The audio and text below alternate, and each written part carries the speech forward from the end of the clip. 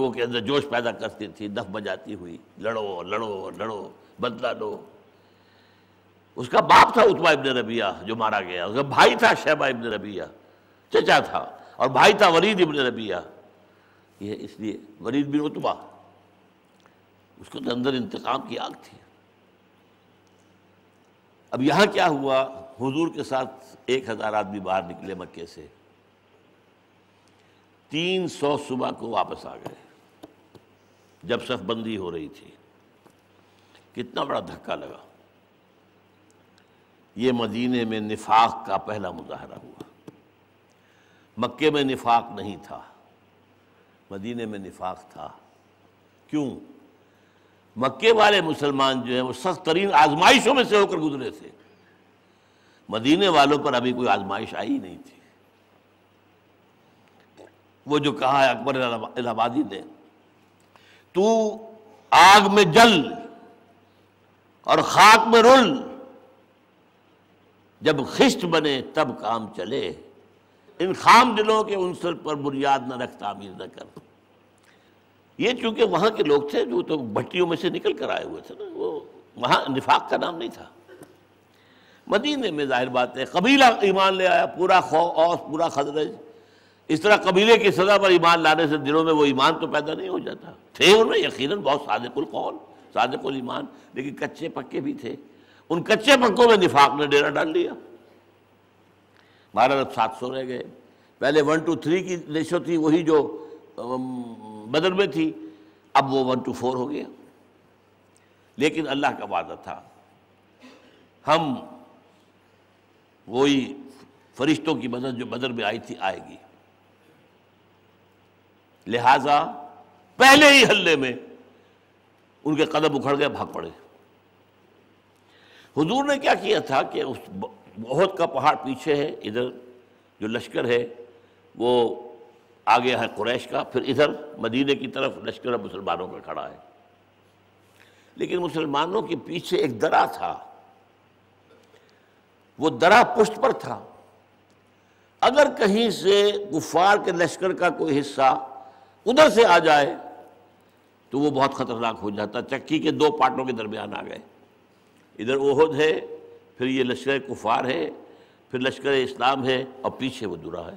درے سے بھی اگر حملہ ہو گیا، لہذا آپ نے 50 تیر انداز وہاں کھڑے کر دیے اور حکم دیا کہ چاہے تم ہمیں شکست ہو جائے، ہم سب قتل ہو جائیں، اور ہمارا گوشت پرندے نوچ نوچ کر کھا رہے، تب بھی تم نے یہاں سے نہیں ہلنا۔ جب فتح ہو گئی، اب یہاں اختلاف ہو گیا۔ لوگوں نے کہا چلو چلو چلو، پیچھا کرو انہیں، پکڑو ان کو، قیدی بناؤ، ان مال غنیمت جمع کرو۔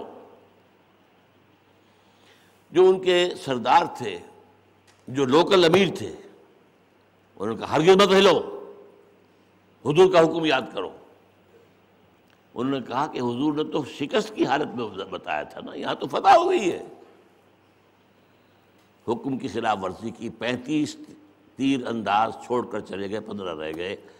ادھر خالد ابن ولید بن مغیرہ بہت بڑا سردار تھا، جن کے بیٹے تھے یہ خالد، ابو سفیان کے ساتھ لیفٹیننٹ جو ہے غزوہ احد میں وہ تھے، وہ بعد میں ایمان لے آئے۔ خالد بن سیف من سیوف اللہ، ان کی عقابی نگاہ نے دیکھ لیا کہ وہ درہ خالی ہوئی، اور جو رسالہ تھا وہ ان کے کنٹرول میں تھا۔ وہ اپنے رسالے کو لے کے دوڑتے ہوئے پہاڑ کا چکر لگا کر پیچھے سے حملہ ہوئے۔ اب ان کے سان گمان بھی نہیں تھا کہ کیا ہو جائے گا۔ جو پھر قتل ہوا ہے، 70 صحابہ شہید ہوئے، انہی میں حضرت حمزہ اسد اللہ و اسد الرسول، انہی میں مصعب بن عمیر المقری کریم۔ کتنا صدمہ ہوا ہوگا حضور کو، وہ اندازہ کرنا چاہتے ہیں؟ جب آئی ہے چچا کی لاش، ہند نے حضرت حمزہ کا پیٹ چاک کر کے، ناک کاٹے، کان کاٹے، پیٹ چاک کر کے کلیجہ چبایا، بدلہ لے رہی تھی اپنے باپ اور اپنے چچا اور اپنے بھائی کے خون کا۔ حضور کے سامنے لاش لائی گئی، وہ صبر کا پہاڑ کوہ بالا، کچھ نہیں کہا، لیکن دل پر جو بیت رہی تھی وہ مدینے میں آ کے ظاہر ہو گئی۔ مدینے میں واپس آئے تو اب ظاہر بات ہے کہ 70 شہید ہوئے تھے، گھر گھر سے رونے کی آوازیں، بین کی آوازیں۔ اس وقت تک میت پر بین کرنا جو ہے اس پر بین نہیں لگا تھا، ابھی اس کو حرام نہیں قرار دیا گیا تھا، اس کے بعد حرام کر دیا گیا، میت پر بین نہیں ہوگا۔ حضور کے کانوں میں آوازیں آئیں تو آپ کے لسان مبارک سے یہ جملہ نکل گیا، اما حمزہ فلا بواکی لہو، حمزہ کے لیے تو کوئی رونے والی بھی نہیں۔ مدینے میں کون ہے حمزہ کا؟ کون روئے؟ مکے میں اگر کہیں ہوا ہو تو عبد المطلب کا بیٹا حمزہ، تو جو اس کا ماتم ہوتا وہ یاد تو نہیں ہو رہا۔ تو انصار نے اپنے گھروں سے جا کر خواتین کو بھیجا ہے۔ حضرت صفیہ حمزہ کی بہن ان کے گھر گاؤں میں جا کے تعزیت کی۔ میں نے اس لیے آپ کو بتایا تھا کہ حضرت عائشہ نے پوچھا تھا کیا احد سے بھی سخت دن آپ پر گزرا ہے، کیونکہ حضرت عائشہ بھی ان میں تھی خواتین میں، پردہ ابھی پردے کا حکم آیا نہیں تھا۔ جب خبریں مدینے پہنچی ہیں تو وہ دوڑی آئی ہیں زخمیوں کی دیکھ بھال کے لیے، خواتین انصار کی۔ تو وہ منظر تو ان کا دیکھا ہوا تھا، طائف تو انہوں نے نہیں دیکھا تھا۔ تب حضور نے کہا تھا مجھ پر سخت ترین دن جو ہے وہ طائف کا تھا۔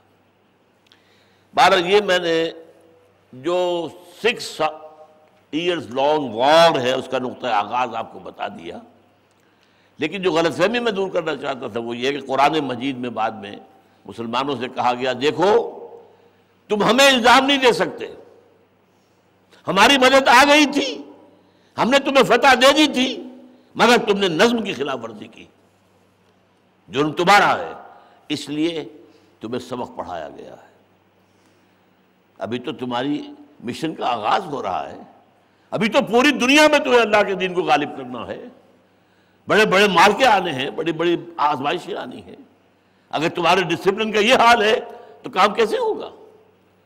میں آیت آپ کو سنا رہا ہوں، وَلَقَدْ صَدَقَكُمُ اللَّهُ وَعْدَهُ، دیکھو اللہ نے تم سے اپنا وعدہ پورا کر دیا تھا، اِسْتَحُسُّونَهُمْ بِإِذْنِهِ، جبکہ تم انہیں گائل مجرم کی طرح کاٹ رہے تھے، حَتَّى إِذَا فَشِلْتُمْ، یہاں تک کہ جب تم ڈھیلے پڑے، نظم ڈھیلا کر دیا، وَتَنَازَعْتُمْ فِي الْأَمْرِ، اور ڈسپلن کے معاملے میں جھگڑے، تم نے اپنے مقامی امیر کے بات کی خلاف ورزی کی، من بعد وَعَصَيْتُمْ، اور تم نے نافرمانی کی، من بعد ما أَرَاكُمْ مَا تُحِبُّونَ، اس کے بعد کہ تمہیں اللہ نے وہ شے دکھا دی تمہیں پسند ہے بہت۔ یہ پسند والی بات پہ اکثر مفسرین نے اور اکثر سیرت نگاروں نے کہہ دیا مال غنیمت کے لیے جھپٹے تھے، یہ بالکل غلط ہے۔ مال غنیمت کا معاملہ بدر میں طے ہو چکا تھا، وہاں پہلے کیا تھا عرب کے اندر، جو جس کے ہاتھ آ گیا وہ اس کا ہے، اس لیے ظاہر بات ہے کہ سب کوشش کرتے تھے میں زیادہ سمیٹوں، میں زیادہ سمیٹوں۔ بدر کے بعد قانون آ گیا کہ جو مال غنیمت ہے اس کا خمس اللہ کا ہے، اور باقی جو ہے سب میں برابر تقسیم ہو جائے گا، جو ہے لا کے جمع کرو، پول کرو، یہ نہیں ہے کہ جو کسی کے ہاتھ لگ گیا وہ اس کی ملکیت ہے، یہ قانون تو آ چکا تھا۔ لہذا احد میں تو اس کے لیے بھاگنے کی، دوڑنے کی، کہیں ہم محروم نہ رہ جائیں، سب لوگ مال سمیٹ کر دوسرے لے جائیں، اس کا کوئی امکان نہیں تھا۔ میں نے اس کی تعبیر کی ہے، اور عرب دلی کے ایک رسالے میں اس کی بہت تحسین ہوئی، اور ایک رسالے نے اس پر تنقید کی، یہ خامخواہ جو ہے صحابہ کرام کی طرف سے یہ جو ہے اتنی معذرت کر رہا ہے اور ان کی کمی یا کمزوری کو چھپا رہا ہے۔